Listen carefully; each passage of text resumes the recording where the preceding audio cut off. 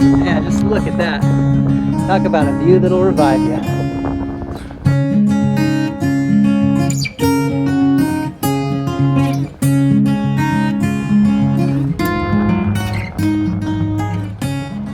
Good morning, everyone, or good afternoon or good evening, depending on when you're watching this. This is Mr. G again, and today I'm super excited because I'm vlogging my longest ride of the year, and I will be doing the Tour de Skyline Epic 80, which is a route I'm having in one of my events as the featured long ride mountain stage. It is such a beautiful route.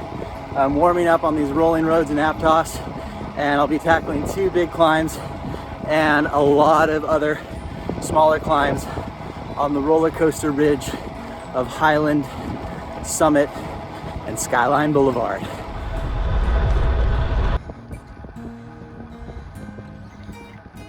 Here we are on the beautiful Eureka Canyon, first big climb of the day.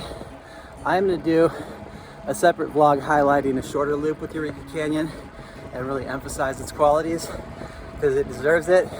And today I'll be highlighting the Summit and Highland, but I'll show you a few teaser clips of this. It's an awesome climb. It's long and not too steep.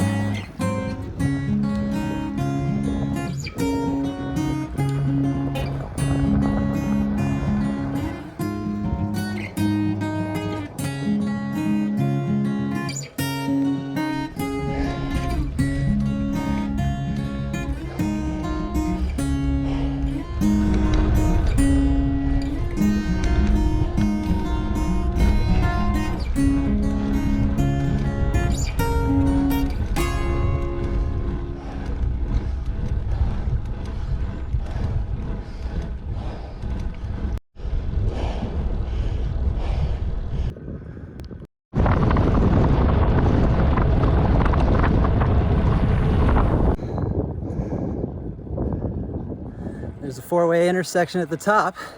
We'll be stopping and regrouping there on the tour. Today, since it's just me, I'm gonna roll on, refuel at the Summit store.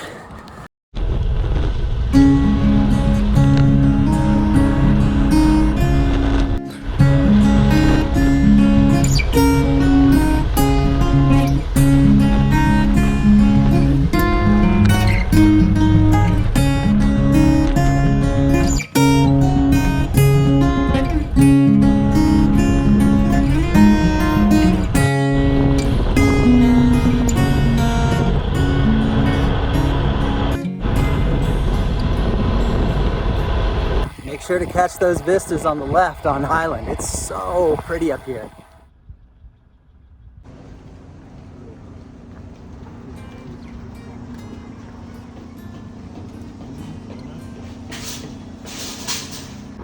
On Summit Road now. This isn't my favorite part of the ride, but it's not bad. What I don't like about it is there's these really steep, long hills that aren't really climbs, but definitely hurt. Hard to get a rhythm on. But the good news is once you get to Highway 17, Summit and Skyline Boulevard is very windy, very low traffic, and very beautiful. Here we go, get ready for the low gears. We got a steep corkscrew coming right up. Just past Hutchinson. Still climbing, but at a gradual grade finally. That was a steep mile or so. And definitely there's some hard climbs on Summit and Skyline, but they're also the ones I find have tremendous character. And unlike the portion of Summit between the Summit store and 17, for the rest of this ridge, there's very little traffic and the pavement is good quality. Soaking my helmet and filling up my bottles at this park at the corner of Summit and Bayview. This is what Summit and Skyline is all about. Double white line on the side of the road, about a lane and a half. Hardly anyone up here, so sweet. Not to mention these vistas. Woo! Some withered grapes on the hillside. Very Mediterranean up here. Super hot today too.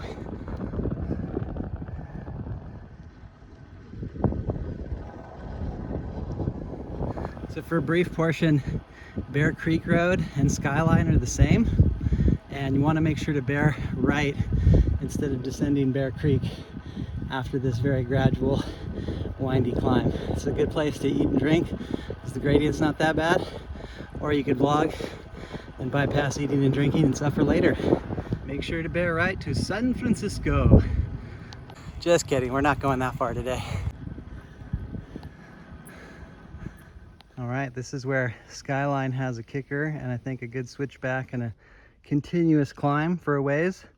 There's lots of hard hills on Skyline, but as you can see, they've redone the pavement and the road is beautiful, the forest is beautiful, and only just enough people to have people occasionally ask if you need anything when you're stopped to film the vlog. The heat's definitely challenging me today. The summit gets really warm.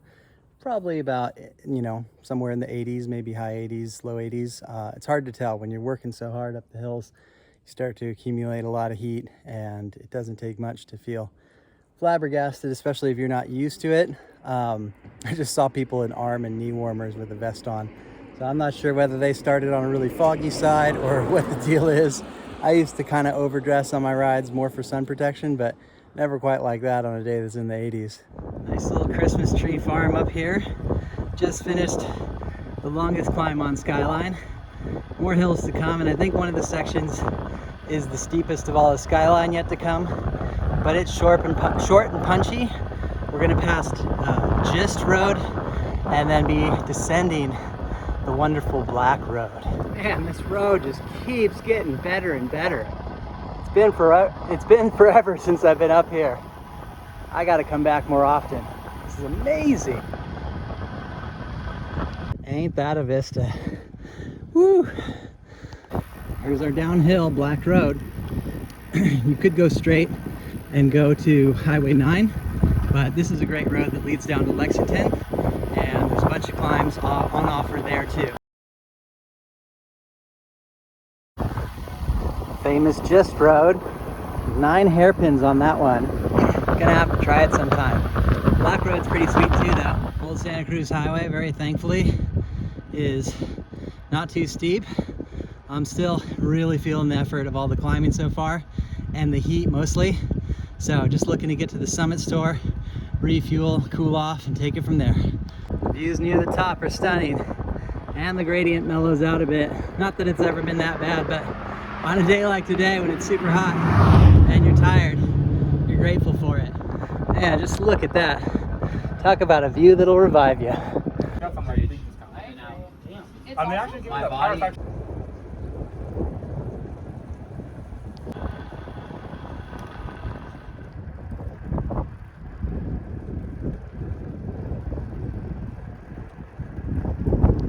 Whew.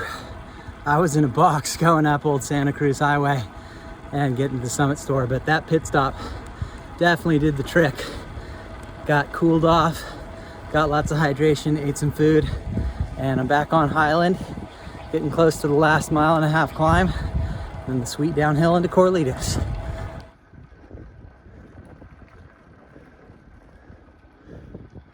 Getting close to that final switchback before a little bit more to the top in the big downhill, Eureka Canyon.